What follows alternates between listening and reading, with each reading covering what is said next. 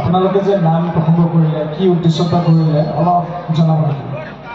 এইটো নাম হৈছে মহাপুৰুষ শ্ৰীমন্ত শংকৰদেৱৰ এটি সমদলৰ যাত্ৰা, য'ত আমি বিভিন্ন ধৰণে কৰোঁ এইটো শোভাযাত্ৰা। মানে মহাপুৰুষ শ্ৰীমন্ত শংকৰদেৱৰ জন্মদিনত, তাৰপিছত মৃত্যু দিৱসত বা বিভিন্ন ধৰ্মীয় অনুষ্ঠান হওক বা বিহুতো এনেকুৱা শোভাযাত্ৰা হয়। কিন্তু আমি আজি মহাপুৰুষ শংকৰদেৱৰ ধৰ্মীয় আৰু সংস্কৃতিৰ মানে পৰম্পৰাটো মানে বিচাৰকৰ আগত দেখুৱাইছোঁ, যাতে এই বিষয়ে আৰু মানুহে জানক, এই বিষয়ে কৰক। এটি কথা আমি বৰ্তমান ছ'চিয়েল মিডিয়াৰ জৰিয়তে কৰিশ্মা নাথ জনপ্ৰিয়, তেওঁ যিটো ষ্টাইলত নাম গায় সেইটো আৰু আপোনালোকে কৰা ইয়াৰ মাজত অলপ কিবা পাৰ্থক্য আছে এনে কিবা পাৰ্থক্য দেখা পাইছে নেকি? আছে, সেইটো আচলতে বৰ্তমান সময়ৰ আধুনিকতা দেখাইছে আৰু আমি এইটো পৰম্পৰাগত চলি আছে।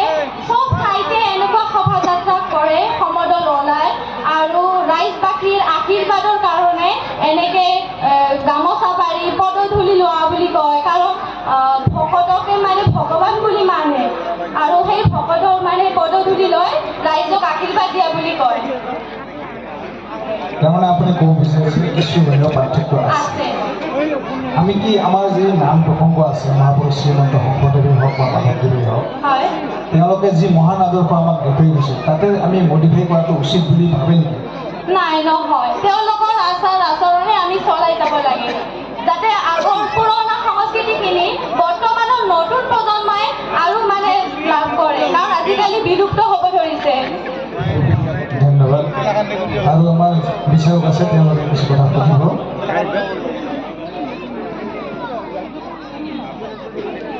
শ্ৰীমন্ত শংকৰদেৱৰ জন্ম তাৰিখটো ক'ব পাৰিলে খুব ভাল। 21 ভাদৰ 1449 চনৰ। থেংক ইউ, ধন্যবাদ। আৰু মৃত্যু তাৰিখটো ক'ব পাৰিলে ভাল। বাৰু হ'ব ধন্যবাদ 1568 চনত হৈছিল হয়, হয়। কোচবিহাৰত